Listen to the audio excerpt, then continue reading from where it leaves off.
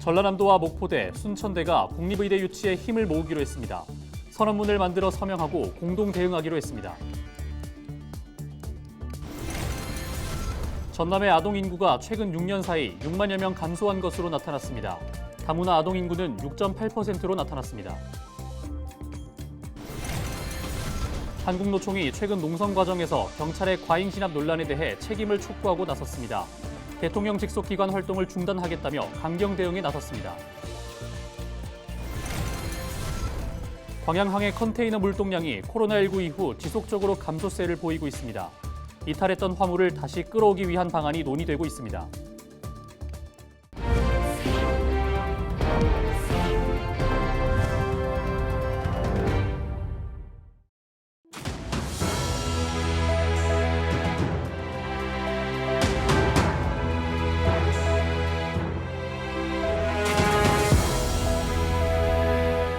시청자 여러분 안녕하십니까? 헬로티비 전남뉴스입니다.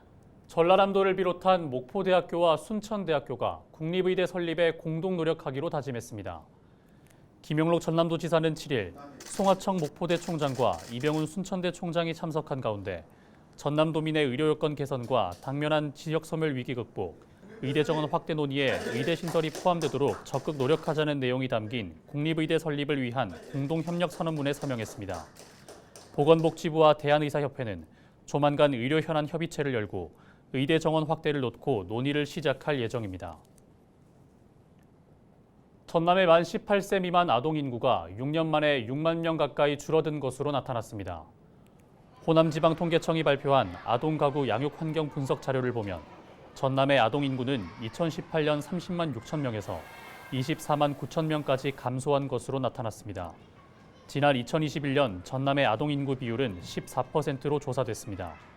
특히 전남은 다문화 아동 인구 비율이 6.8%로 전북보다 1.1% 많았습니다. 한국노총이 지난달 광양에서 발생한 경찰의 한국노총 간부 유혈 진압 사태와 관련해 항의 집회를 열었습니다. 전국 노조원 천여 명은 광양에서 김준영 사무처장의 석방과 정부의 책임을 촉구했습니다. 보도에 서경 기자입니다. 7일 낮 12시 30분, 노조원 천여 명이 참여하는 결의대회에 앞서 최저임금을 정하는 정부 경제사회노동위원회 탈퇴 여부 긴급 논의에 들어간 한국노총 중앙집행위원회. 1시간에 걸친 회의 결과 한노총은 모든 경사노위 일정에 불참을 선언하고 업무를 중단하기로 결정했습니다. 탈퇴에 대한 조합원들의 의지와 요구가 큰 만큼 최종 결정은 김동명 한노총 위원장에게 위임하기로 했습니다. 장시간 논의가 됐는데 이것은 윤석열 정부 심판투쟁의 일환으로 경사노위 참여와 비참여를 바라보는 것이고 오늘부로 경사노위의 모든 대화기구에서 한국노총은 전면 중단할 것임을 결의했습니다. 회의 직후 진행된 한국노총 긴급투쟁 결의대회. 전국 각지에서 천여 명의 조합원이 참여한 가운데 망루농성 유혈 진압 사태가 발생한 포스코 광양제철소 앞에서 대정부 규탄에 나섰습니다. 김동명 위원장은 경찰이 김준영 사무처장을 유혈 진압한 사건을 두고 윤석열 정권의 정체성과 노동관이 이번 사태를 낳았다며 분노한다고 밝혔습니다. 윤익은 경찰청장은 유혈 진압 사태에 대한 책임을 지고 사퇴하고 노동자와 정부의 갈등을 방관하는 이정식 고용노동부 장관도 사퇴할 것을 촉구했습니다. 그러면서 김준영 사무처장의 석방과 명예회복을 강조했습니다. 우리를 괴롭히고 이런 것에 대해서 우리가 인지하고 있는데도 피한다면 비겁하고 비굴한 거 아닙니까? 한국노총이 끈질기게 투쟁의 대장정에 돌입한다. 윤석열 정권 각오하라. 투쟁! 이번 사태에 대한 미온적인 대처는 제2의 광양 사태를 만들 것이라며 강력한 투쟁에 나서겠다고 밝힌 한국노총. 정부 경사노위 탈퇴가 결정될 경우 7년 5개월 만에 정부와 노동계의 대화가 완전히 단절될 것으로 보여 적잖은 진통이 예상되고 있습니다. 헬로티비 뉴스 서경입니다. 광양항 컨테이너 물동량이 코로나19 이후 지속해서 감소세를 보이고 있습니다. 이로 인해 광양항을 이용하는 수출 기업들의 어려움도 이어지고 있는 가운데 이탈했던 화물을 다시 끌어올 수 있는 대책 마련이 시급하다는 의견이 나오고 있습니다. 보도에 송하영 기자입니다. 여수 국가산단의 한 기업입니다. 옷이나 생활용품 등을 만들 때 쓰이는 플라스틱 원재료를 컨테이너를 통해 해외로 수출하고 있습니다. 그런데 최근 광양항의 물동량 감소로 찾아오는 선사가 줄어들면서 어려움을 겪고 있습니다. 고객사가 요구한 납부 기한을 맞추기 위해 상대적으로 이용료가 비싼 다른 항을 찾아가야 하기 때문입니다. 저기 광양을 하면 부산의 3분의 1밖에 안 되는데 그러다 보니까 이제 운송료에 대한 좀 부담도 커지는 거고. 실제로 광양항의 컨테이너 물동량을 살펴봤더니 지난 2018년 240만 TEU를 돌파한 뒤 점차 감소하더니 지난해에는 180만 TEU로 2018년에 비해 25% 줄었습니다. 올해 상황도 다르지 않습니다. 올 1월부터 4월까지 물동량은 58만 TEU로 지난해 같은 기간 대비 16% 하락했습니다. 원인으로는 코로나19 여파로 우리나라 교역량의 대부분을 차지하는 중국과 미국과의 교역량이 크게 줄어든 점이 꼽힙니다. 이와 함께 부산 신항에 물류가 몰리는 점도 광양항 물동량 감소의 원인이 되고 있습니다. 운영 터미널이 계속 지속적으로 공급을 하게 되면 자연스레 저희 광양항의 물동량도 경쟁이 치열해지면서 전문가들은 물동량을 회복하기 위해 배후단지 개발이 무엇보다 중요하다고 강조합니다. 물량을 창출할 수 있는 기업들이 지역에 밀집될수록 이를 운반할 국제 선사 입항 빈도가 늘어난다는 겁니다. 이와 함께 선사를 대상으로 제공하는 인센티브 지원도 대안으로 제시했습니다. 단계적으로 배후단지도 확보하고 이런 노력들이 이루어지면은 어느 정도 물동량의 급격한 하락이라든가 그런 부분을 막을 수 있다고 보거든요. 물동량 감소를 돌파하기 위한 궁극적인 해소법으로 꼽히는 지역 화물량 창출. 이에 대해 여수광양항만공사가 약 2천여 제곱미터에 달하는 산업용지를 개발하겠다고 밝힌 가운데 완공까지 15년 이상 남은 만큼 물동량 회복에는 적지 않은 시간이 소요될 것으로 보입니다. 헬로티비 뉴스 송하영입니다.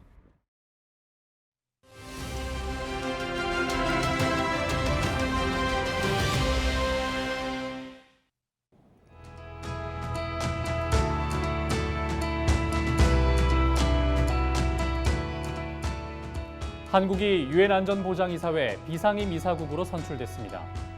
한국이 안보리에 재진입한 것은 지난 2013년에서 2014년 이후 11년 만입니다. 비상임 이사국이 됨에 따라 한국은 안보리의 한반도 현안 논의에 보다 적극적으로 목소리를 낼 수 있을 것으로 전망됩니다. 또 안보리에서 미국과 일본뿐 아니라 중국과 러시아와도 소통할 수 있는 기회도 높아졌는데요. 한국은 미국과 중국 간 대립 속에 대중 수출 감소세가 가속화되고 있습니다. 1992년 한중 수교 이후 20년 가까이 중국은 한국의 수출 시장 1위였습니다.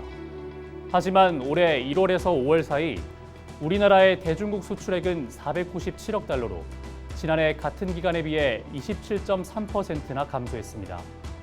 동북아 국제정서에서 갈등과 대립이 심해지면서 무역 비중이 높은 한국이 경제적으로 악영향을 받고 있는 것입니다. 우리가 안보리에 들어간다고 해서 중국이나 러시아가 갑자기 입장을 바꾸지는 않을 것입니다. 그러나 대중무역 적자를 다시 흑자로 바꿀 수 있도록 경제적 협력의 폭을 넓혀나갈 수 있는 방안은 고민해야 합니다. 데일리 브리핑이었습니다.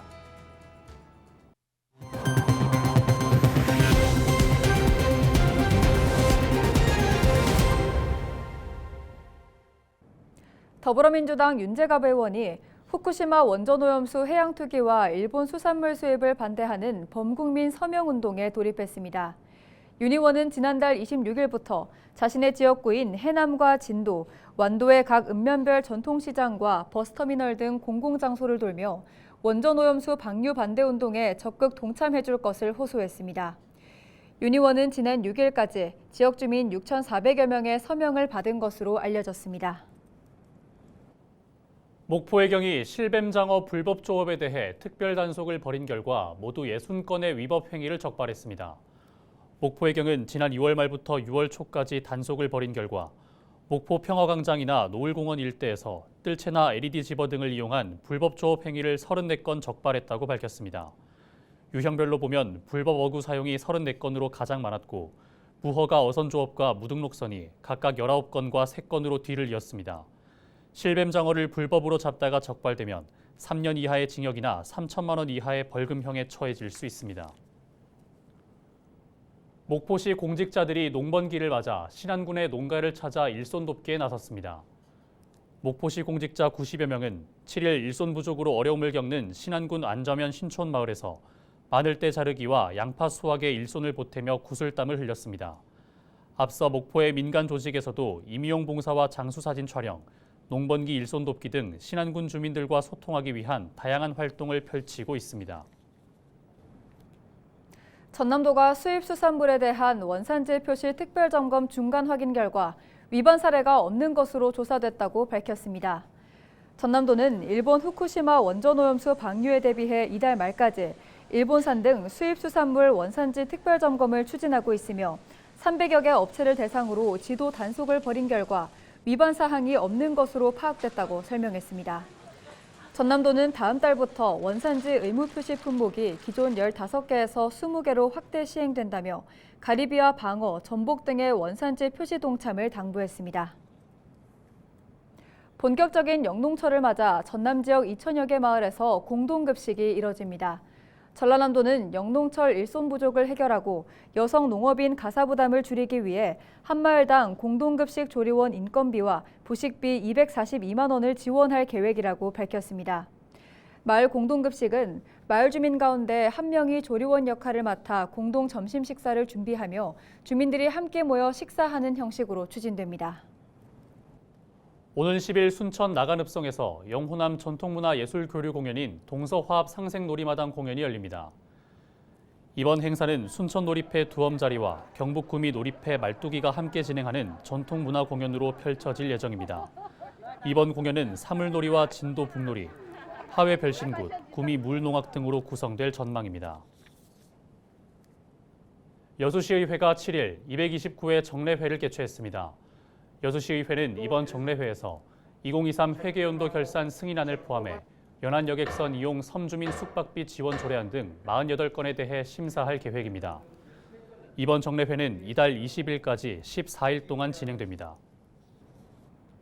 한화에어로스페이스가 여수산단 지역민 우선 채용 제도를 도입합니다. 여수시와 한화에어로스페이스는 7일 지역민 우선 채용 협약을 맺고 청년 실업 해소와 인구 증가 시책 등에 협력하기로 약속했습니다. 현재까지 여수 지역 인재 채용 동참 기업은 22곳으로 여수시는 청년 취업 기회 확대를 위해 앞으로 참여 기업을 더 늘려갈 계획입니다. 고흥군이 이달 14일까지 2023년 하반기 청년 행정인턴 참가자를 모집합니다. 고흥군 청년 행정인턴은 공고일 기준 부모 또는 본인이 고흥에 거주하는 만 19세 이상 25세 이하 미취업 청년이라면 누구나 신청할 수 있고 선발될 경우 7월 3일부터 8월 7일까지 근무하게 됩니다. 신청을 희망할 경우 관련 서류를 준비해 읍면사무소 방문 또는 등기우편 접수하면 됩니다. 광양시가 우수기에 대비해 건설 현장 안전 상황을 일제히 점검했습니다. 광양시 점검 대상 사업장은 재해 붕괴 위험지구 정비 사업과 상하수도, 도로 개설, 도시재생 사업 등 65곳으로 품질, 안전, 공정관리 등 시공 관련 제방사항 이행 여부를 확인했습니다. 광양시 사업비 1억 원 미만 소규모 주민 수건 사업에 대해 읍면동 자체 점검을 실시할 방침입니다. 해남군의회가 328회 1차 정례회를 열고 7일부터 23일까지 17일 동안 의정 활동에 돌입합니다. 해남군의회는 이번 회기에서 행정사무감사를 비롯해 지난해 예산결산 승인안과 조례안 등 모두 25건의 안건을 심의한 뒤 의결할 계획입니다. 행정사무감사는 8일부터 16일까지 이루어지고 19일부터 21일까지는 기금결산과 예비비 승인, 조례안 제안 설명, 예산 승인안 예비심사를 진행할 계획입니다. 영암군이 정부의 농촌협약 공모사업에 선정돼 사업비 429억 원을 확보했습니다. 영암군은 농촌협약 공모사업 선정을 계기로 30분 안팎의 기초생활 서비스, 60분 안팎의 복합 서비스, 5분 안팎의 응급상황 대응 시스템 등 이른바 365 생활권을 구축하기로 했습니다. 구체적으로 보면 영암읍 농촌중심 활성화 사업에 130억 원, 주요 읍면의 기초생활거점 조성에 230억 원을 투입할 계획입니다. 이어서 AI 날씨와 생활 전해드립니다.